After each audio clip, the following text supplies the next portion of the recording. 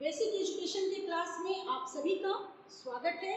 और आज मैं मैथ्स में आपको कुछ खास सिंबल्स जो कि बेसिक एजुकेशन में सभी बच्चों को जानना चाहिए, यानी कि क्लास 5 तक के बच्चों को जरूर जानना चाहिए। और वो मैथ्स के मोस्ट इम्पॉर्टेंट सिंबल्स कौन कौन से हैं, चलिए आज मैं उनके बारे में आपको बताती हूँ।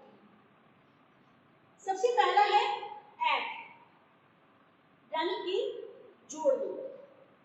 दूसरा है सबट्रैक्ट, यानी कि घटाना। तीसरा है मल्टीप्लाई, जिससे कि हम लोग मल्टीप्लाई यानी कि हम लोग गुना करते हैं।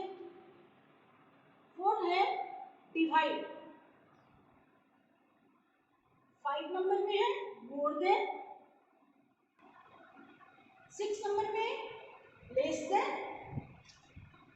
7 नंबर में इक्वल। 8 नंबर में परसेंटेज। और लास्ट 9 नंबर डेसिमल। ये 9 सिंबल्स जो मैथ्स के हैं ये बहुत ही महत्वपूर्ण है और हर स्टूडेंट को क्लास 5 तक के हर स्टूडेंट को ये 9 सिंबल्स जो है 9 ये जरूर जानना चाहिए। उनका जो क्लास 5 तक का जितना भी मैथ्स होता है वो इसी के ऊपर आधारित रहता है। और इस सिंबल्स को उनको पहचानना भी पूरी तरह से चाहिए और उनका क्या काम है, ये मैथ्स में किस तरह से उनको सपोर्ट करता है, इससे मैथ्स किस तरह से बनता है, इसको मैं आपको उदाहरण के माध्यम से, एग्जाम्पल के माध्यम से थोड़ा थोड़ा समझाने का प्रयास करती हूँ। तो चलिए मैं शुरू करती हूँ ऐड से।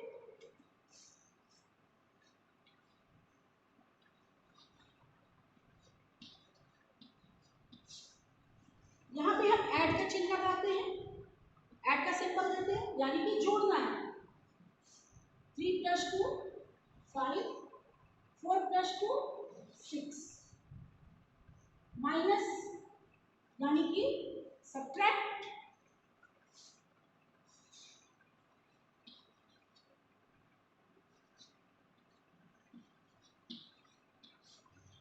अगर यहाँ पे हमने सब्ट्रैक्ट पर लगाया है चिन्ह तो यानी कि इसे हमें घटाना है। 5 - 2 3, 6 - 3 3। अब थर्ड नंबर पे यानी कि तीसरे नंबर पे है मल्टीप्लाई।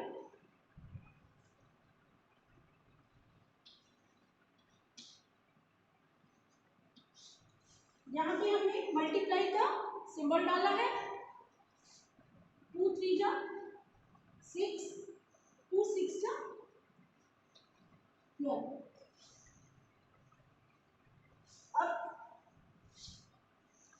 अब यहाँ पे 4 नंबर पे यानी कि चौथे नंबर पे है डिवाइड।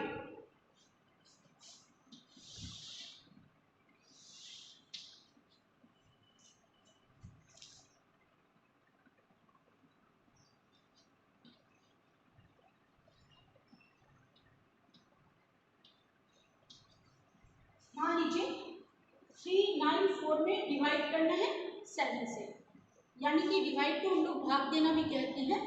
तो किस तरह से करेंगे,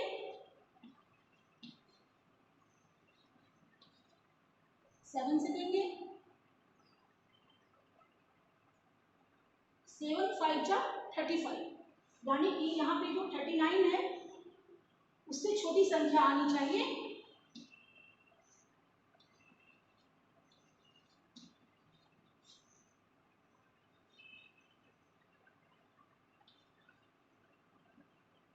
और ये वाली संख्या, ये तो यहाँ पे घट गई, अब ये वाली संख्या यहाँ आ जाएगी।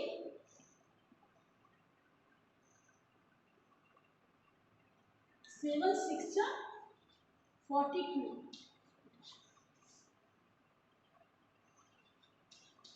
और यहाँ पे नीचे में कितना बच जाता है 2, इसे हम कहते हैं डिवाइड।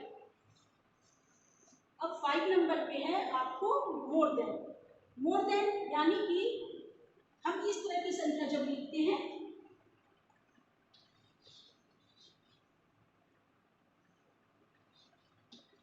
मान लीजिए 2 ऐसी संख्या लिखी गई है जैसे 84 और 42।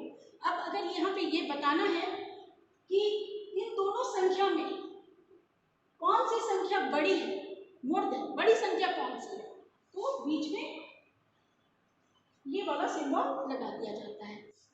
अब हम लोग 6 नंबर पे देखेंगे लेस देन, यानी कि 6 नंबर पे बताया गया है लेस देन। आप देखिए लेस देन का सिंबल किस प्रकार का होता है। अगर आपसे पूछा जाए, मान लीजिए यहाँ पे 2 नंबर दिया गया है 36 और 47। अब हमें बताना है कि इसमें छोटी संख्या कौन है, तो यहाँ पे लेस देन का सिंबल डाला जाएगा इस तरीके से। यानी कि हमने ऊपर में देखा मोर देन में कि जो बड़ी संख्या होती है उसके सिंबल्स इस तरह से, इस साइड हम कह सकते हैं कि मुंह खुला रहता है, और इसमें जिस साइड छोटी संख्या रहती है उस साइड ये ट्रायंगल की तरह होता है, यानी कि ये मुंह बंद रहती है। तो यहाँ पे हमने मोर देन और लेस देन को देखा एक उदाहरण के माध्यम से, और यहाँ पे मैं एक बार बता दूं कि मोर देन को ग्रेटर देन भी कहा जाता है। तो अब आगे हम लोग देखेंगे 7 नंबर पे इक्वल। इक्वल को समझने के लिए चलिए मैं फिर यहाँ पे भी एक उदाहरण देती हूँ। इक्वल का मतलब होता है बराबर की संख्या। अगर मान लीजिए दो ऐसी संख्या दी हुई है,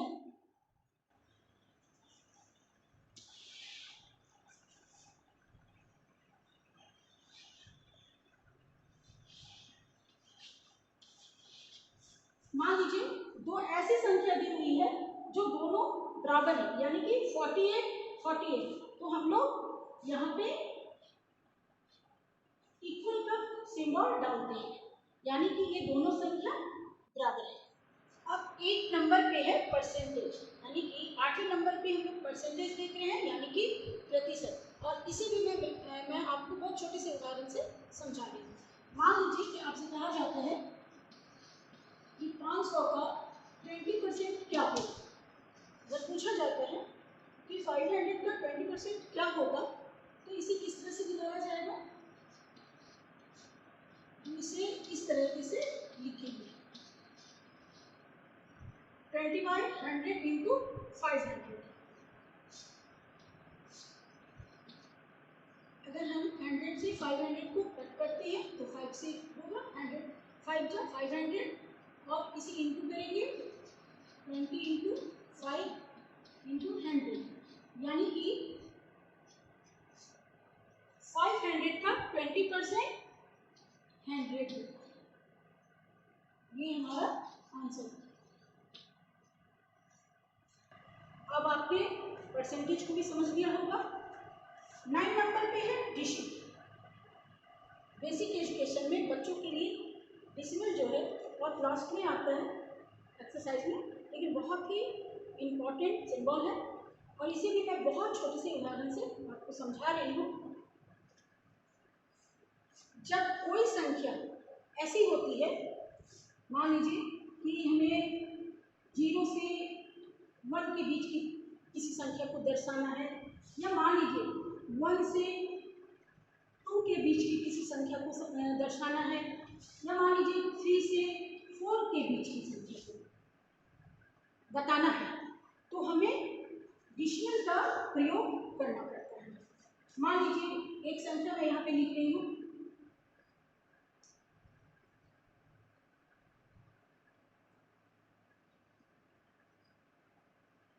3.4,